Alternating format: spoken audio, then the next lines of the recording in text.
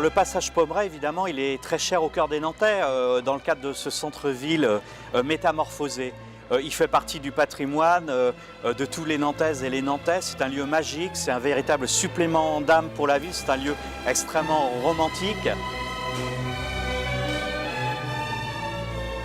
Aujourd'hui, on va lui donner une nouvelle jeunesse en respectant son identité, en faisant en sorte que demain il soit encore plus attractif. Et c'est vrai que ça va vraiment nous permettre de relier tout le travail qui a été effectué entre la partie plus au sud du passage, notamment cette magnifique piétonisation de la place Royale, et demain cette piétonisation de la place Gralin, qui va être un des grands chantiers qui va s'ouvrir prochainement et qui va d'ailleurs précéder la rénovation complète du passage Pommeraye.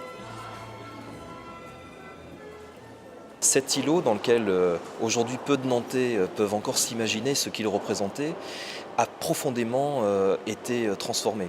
Et a été transformé pour une raison simple, c'est que c'était un quartier beaucoup plus intimiste, avec des petites ruelles, avec des petits passages, et qui posait de nombreuses difficultés sur le plan d'hygiène. Donc la première raison pour laquelle le passage Pommeraye a inspiré autant Louis Pommeraye, c'est parce qu'il y avait des raisons hygiéniques et hygiénistes qui expliquaient cela. Et puis il y a une deuxième raison, c'est que Louis Pommeraye, il voulait en faire, c'était un jeune notaire à l'époque, il voulait en faire également un fleuron sur le plan commercial pour dynamiser et pour attirer énormément de personnes sur Nantes, pour en faire un élément du dynamisme de la ville.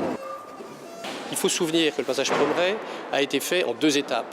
En 1843, avec la date qui est marquée au-dessus de nous, là, donc c'est la création de l'axe, du grand axe longitudinal.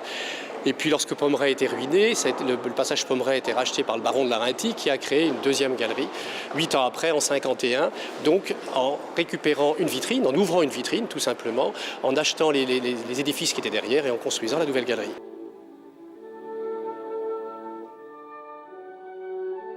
Notre ambition, c'est d'avoir une identité forte pour le centre-ville. On va trouver dans le centre-ville tout ce qu'on ne trouve pas ailleurs, en particulier sur la question commerciale. Notre but, c'est véritablement d'avoir des commerces de qualité, spécifiques, extrêmement variés, authentiques.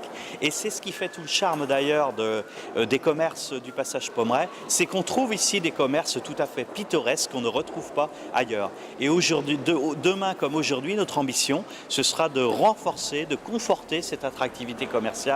Et cette nouvelle galerie qui va s'ouvrir sur le site, tout en respectant l'histoire de ce lieu, eh bien, va permettre un nouvel élan, une nouvelle dynamique en accueillant des enseignes qu'on n'a pas l'habitude de voir à Nantes, pour le plus grand plaisir des Nantaises et des Nantais. Si aujourd'hui on avait dû faire un projet sans avoir l'accès au passage Pommeraye, c'était pas possible. On ne fait pas un passage commercial qui se termine en cul-de-sac. Il faut vraiment qu'il y ait une boucle. En plus de ça, pour rien de vous cacher, on va amener une offre complémentaire qui va bénéficier aussi bien au passage Pommeraye qu'au commerce environnant. Donc la rue de Santeuil et son aménagement en aménagement piétonnier est un élément fondamental.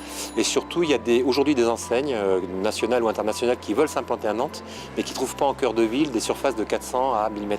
Donc là, on va pouvoir les offrir. Ça, c'est un point important. Le deuxième point, c'est qu'on veut taper dans une gamme qui est une gamme plutôt moyen-haute, puisqu'aujourd'hui, vous avez la rue Calvaire de Feltre, qui est plus mass market. Donc nous, on va se différencier.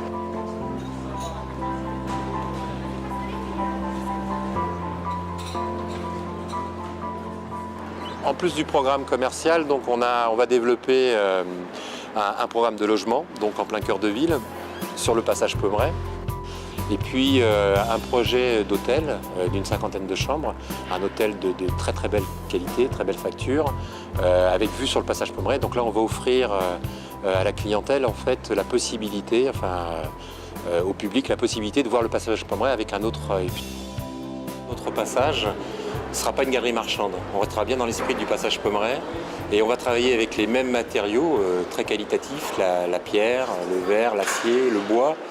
Et ça va être un travail de haute couture pour être sur la version du XXIe siècle à la hauteur du passage Pommeraye du XIXe.